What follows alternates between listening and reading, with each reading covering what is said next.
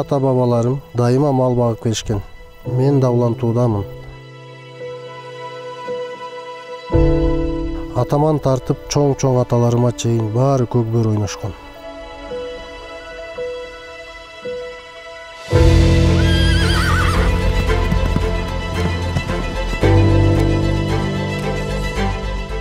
Азыр ар бир айылдын, райондун, облустун көкбөр командасы бар. Баарыбыз биригип Кыргызстанды дүйнөгө тааныттык. Биздин бүтүндөй өлкө колдоп жатты.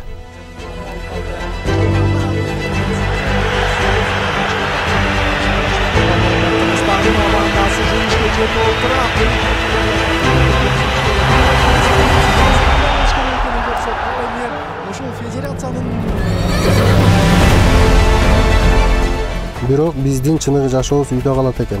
Эгерде ар бир айылда жергиликтүү кеңештин депутаттарына күчтүү командасы болсо, анда биз Кыргызстандын күлдөп өсүшүнө жетишебиз.